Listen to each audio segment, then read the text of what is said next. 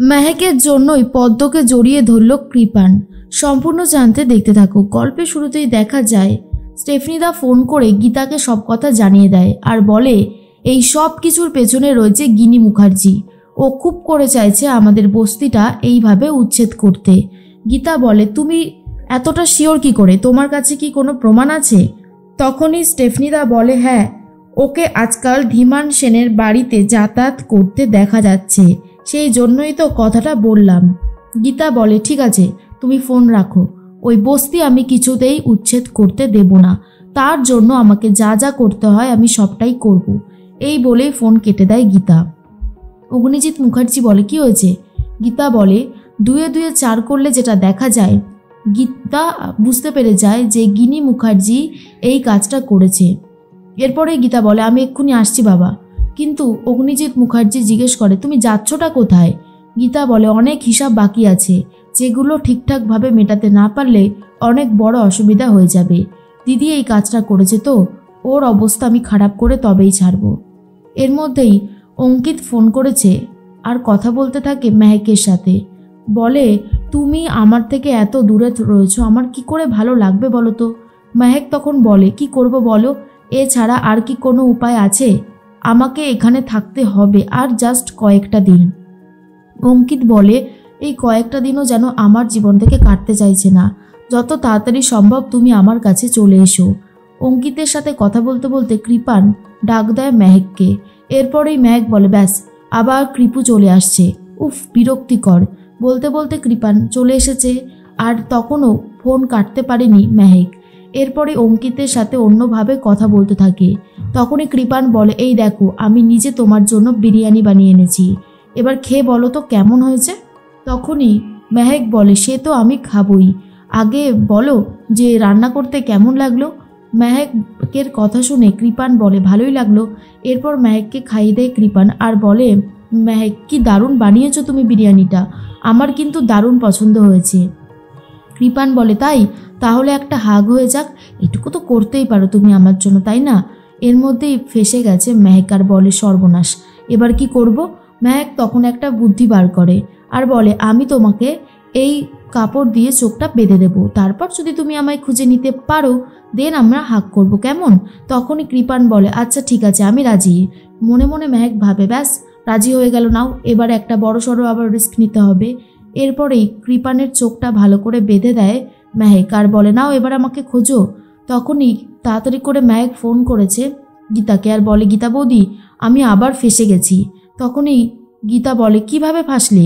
মেহেক বলে আরে বাবা আমি বিরিয়ানিটা ভালো বলেছিলাম, এরপর কৃপান হাক করতে চেয়েছে, তারপরে আমি ওর চোখে একটা কাপড় বেঁধে দিয়েছি, ও যদি খুঁজে পায় তাহলে নাকি আমি ওর সাথে হাক করব। কি করে কাটাই বলো তো এটা? বলতে বলতে পদ্ম চলে এসেছে। পদ্মকে দেখার পরেই মেহেকের মাথায় একটা আইডিয়া আসে। মেহেক যেই পারফিউমটা ইউজ করে সেটা পদ্মর গায়ে ভালো করে স্প্রে করে দেয়। এরপর পদ্মর গা থেকেও মেহেকের গায়ের গন্ধটাই বেরোতে থাকে আর কৃপান পদ্মকেই জড়িয়ে ধরেছে মেহেক ভেবে। পদ্মর তো অনেক ভালো লাগে আর মেহেকও মনে মনে ভাবে যাক বাবা বড়বউয়ের মিলনটা তাহলে ফাইনালি হলো। এরপর পদ্মও দুহাত দিয়ে জড়িয়ে ধরেছে কৃপানকে। কৃপান মনে মনে ভাবে মেহেককে বিয়ে করে আমি খুবই খুশি আর বারবার করে আই লাভ ইউ বলতে থাকে। এর মধ্যেই চলে এসেছে কৃপানের মা রতি আর বলে কি হচ্ছে কি এসব? তখন মেহেক বলে ব্যাস ভিলেন চলে এসেছে। এরপর মেহেক তো ফোনটা কেটে দেয় আর বলে এবার আমি তোমার সাথে পরে কথা বলছি। অন্যদিকেই গীতা ভাবে আর আসার সময় পেল না, এখনই চলে আসতে হলো। এরপরে গীতা সমস্ত ক্যামেরাগুলো ফোন নিয়ে বেরিয়ে পড়ে। গিনি ফোন করেছে এই ভজন মিত্তিরকে আর বলে শুনুন ভজন মিত্তির, গীতা এই মাত্র সমস্ত প্রমাণ নিয়ে কোর্টের দিকে রওনা দিল। ওর কাছে ক্যামেরা রয়েছে, কিছু ফাইল রয়েছে, কিছু ডকুমেন্টস রয়েছে, ওগুলো যদি সরিয়ে ফেলতে পারেন তাহলেই কিন্তু কেল্লা ফতে হয়ে যাবে। ভজন মিত্তির বলে তাহলে এটা তো আমাকে করতেই হবে। এরপর ভজন মিত্তির কিছু গুন্ডাকে বলে দেয় গীতা এখন কোর্টে যাচ্ছে, ওর কাছ থেকে ব্যাগপত্র যা রয়েছে সব কিছু ছিনিয়ে নেবে।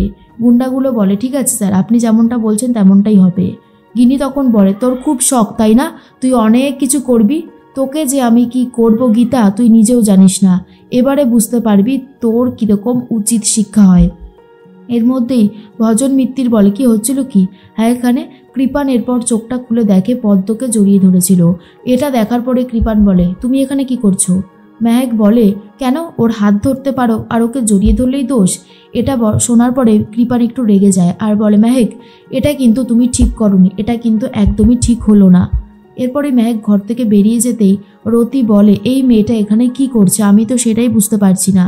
এই মেয়েটাকে এখান থেকে তাড়াতাড়ি করে বার করে দে কৃপান, না হলে কিন্তু বড় সড়ো ঝামেলা হতে চলেছে। আমি তোকে ক্লিয়ারলি জানিয়ে দিলাম। ভজন মিত্তিরও দুয়ে দুয়ে 4 করতে শুরু করে দেয়।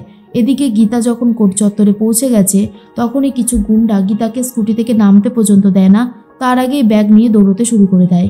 গীতাও স্কুটিটা কোনো রকম স্ট্যান্ড করে দৌড়তে শুরু করেছে গুন্ডাগুলোর পেছনে। এরপর গুন্ডাগুলোকে বেধড়ক মার মেরে রাস্তায় শুয়ে দেয়, তারপর ব্যাগটা ছিনিয়ে নেয় গুন্ডাগুলোর থেকে। এর মধ্যেই ভজন মিত্তির ফোন করেছে গুন্ডাগুলোকে আর বলে, কিরে ব্যাগ উদ্ধার হলো? তখনই গীতা বলে, এত তাড়াতাড়ি ব্যাগ উদ্ধার হবে কি করে ভজন মিত্তির? গীতার কাছ থেকে ব্যাগ নেওয়া কি আর এতই সহজ? শোনো, তুমি ওকালতি ছেড়ে দিয়ে না অন্য কোনো কাজ করো। যা শুরু করেছো তার ফল কিন্তু খুব একটা ভালো হচ্ছে না। ভজন মিত্তির আর কিছু বলতে পারে না, বুঝতে পারে যে গুন্ডাগুলোকে দিয়ে কোনো কাজের কাজ হয়নি। গুন্ডাগুলো একেবারে খালি হাতেই মার খেয়ে ফিরে এসেছে গীতার কাছ থেকে। এর মধ্যে গিনিও অনেক আশা করে বসে রয়েছে যে গীতার কাছ থেকে প্রমাণগুলো সরিয়ে নেওয়া গেছে, কিন্তু গিনি যখন জানতে পারে গীতার কাছ থেকে প্রমাণ সরানো যায়নি, উল্টে গীতাই গুন্ডাগুলোকে মার মেরেছে, তখন বুঝতে পেরে যায় যে এত সহজে গীতাকে হারানো সহজ নয়। অন্যদিকে অঙ্কিত ফোন করছে মেহেককে আর বলে, তুমি তাড়াতাড়ি এসো, আমি তোমার সাথে একটু দেখা করতে চাই। মেহেক তখন বলে, আরে বাবা, আমরা একটা মিশনে আছি, আর এই মিশনে থাকলে অনেক কষ্ট স্যাক্রিফাইস করতে হয়। তারপরে তখনই মনে মনে একটা কথাই ভাবতে থাকে মেহেক, এখন যদি বাড়াবাড়ি করা হয় আর যদি ধরা পড়া হয় তাহলে যে হাতের থেকে সব কিছু বেরিয়ে যাবে সেটা আমি খুব ভালো মতন বুঝতে পারছি। ভজন মিত্তির কৃপানকে বলে, ওই কৃপু কৃপু করেই কিন্তু মেহেক সব কিছু গণ্ডগোল করে দিচ্ছে। হ্যাঁ, এখনও সময় আছে, বাঁচতে চাইলে চোখ কান খোলা রাখো, না হলে সব কিছু সর্বনাশ হয়ে যাবে। এদিকে গীতাও বুঝতে পেরেছে ভজন মিত্তির বড্ড বেশি উঠে পড়ে লেগেছে, এই প্ল্যানটাকে সফল হতে দেবে না। কিন্তু আমিও গীতা, আমি অগ্নিজিৎ মুখার্জি আর মেহেকের পাশে সবসময় থাকবো যাতে ওদের কোনো ক্ষতি না হয়।